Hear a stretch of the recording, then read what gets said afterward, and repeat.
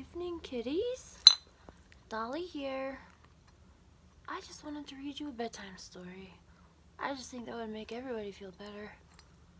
I think you're all familiar with the scary stories to tell in the dark.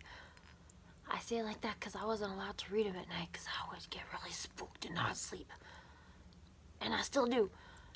And also, my grandma really liked it when people read books. And she would always encourage me to read. And I'm wearing some of her bracelets today because she was also quite fashionable. So Emmett and I have a story for you today. I'm going to put him right here.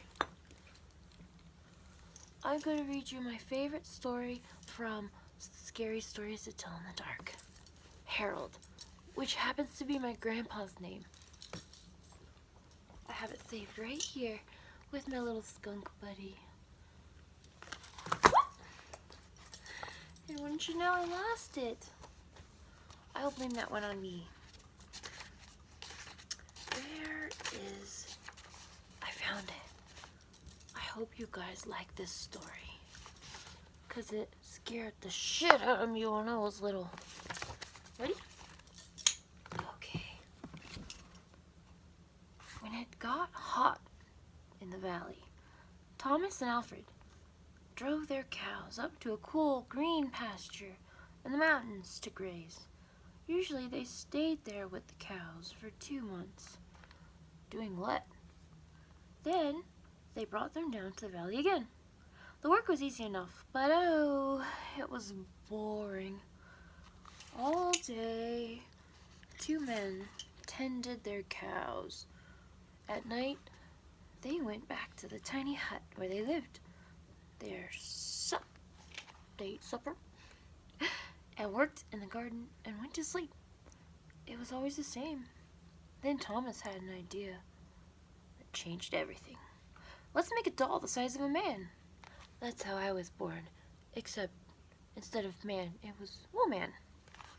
He said it would be fun to make and we could put it in the garden to scare away the birds. Poor birds. It should look like Harold, Alfred said. Harold was a farmer they both hated. They made the doll out of old sacks stuffed with straw. Lots of straw. They gave it a pointy nose like Harold's and tiny eyes like his. Then they added dark hair and a twisted frown. Of course, they also gave it Harold's name. Duh. Each morning, on their way to the pasture, they tied Harold to a pole in the garden to scare away the birds. Each night, they brought him inside so that he wouldn't get ruined if it rained. When they were, lucky it doesn't rain here, when they were feeling playful, they would talk to him. One of them might say, "How are the vegetables growing today, Harold?"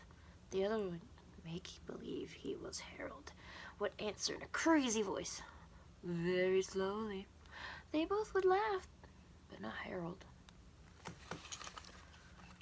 Whenever something went wrong, they took it out on Harold. They would curse at him, even kick him or punch him. Sometimes one of them would take the food they were eating, which they both were sick of, and smear it on the doll's face. "How do you like that stew, Harold?" he would ask. "Well, you'd better eat it or else." Then the 2 men would howl with laughter. One night, after Thomas had wiped Harold's face with food, Harold grunted. "Did you hear that?" Alfred asked. "It was Harold," Thomas said. "I was watching him when it happened. I can't believe it." "How could he grunt?" Alfred asked. "He's just a sack of straw. It's not possible." "Well, I can grunt. That's about all I do, really." "Let's throw him in the fire," said Thomas, "and that will be that." "Let's not do anything stupid," said Alfred. "We don't know what's going on. When we move the cows down, we'll leave him behind. For now, let's just keep an eye on him." So they left Harold sitting in a corner of the hut. They didn't talk to him or take him outside anymore. Now and then, the doll grunted. Bleh. However dolls grunt. But that was all. After a few days, they decided there was nothing to be afraid of. Maybe a mouse or some insects had gotten inside. Harold and were making those sounds. So, Thomas and Alfred went back to their old ways. Each morning they put Harold out in the garden, and each night they brought him back into the hut. When they felt playful, they joked with him. When they felt mean, they treated him badly as ever. Then one night, Alfred noticed something that frightened him. "Harold is growing," he said. "I was thinking the same thing," Thomas said. "Maybe it's just our imagination," Alfred replied. "We have been up here on this mountain too long."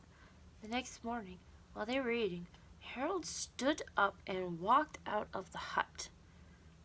He climbed up on the roof and trotted back and forth, like a horse on its hind legs. All day and all night, he trotted like that.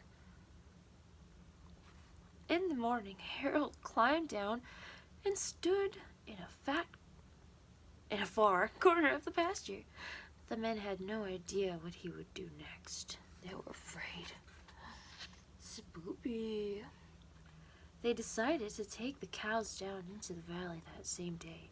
When they left, Harold was nowhere in sight. They felt as if they had escaped a great danger and began joking and singing. But when they had gone only a mile or two, they realized they had forgotten to bring their milking stools. What a noob mistake. Neither one wanted to go back for them, but the stools would cost a lot to replace. "There really is nothing to be afraid of," they told one another. "After all, what could a doll do?" They drew straws to see which one would go back. It was Thomas. "I'll catch up with you," he said, and Alfred walked on towards the valley. When Alfred came to a rise in the path, he looked back for Thomas. He didn't see him anywhere, but he did see Harold. The doll was on the roof of the hut again. As Alfred watched, Harold kneeled and stretched out a bloody skin to dry in the sun. He must have had the better skin of the two. It's a lot of work skinning people. Wonder what he was going to do with the skin. Well, when you're made of sack and straw, I guess any skin is good skin, huh? What do you think, Emmett? Emmett's a pacifist. He doesn't believe in violence against other people. Well, I love that story, and I always have. And it always spooked me because I think way too much and way too far into things. So I thought for years what he was doing with that skin and how many skins he had and how did he get the skin off? Well, anyways, good night.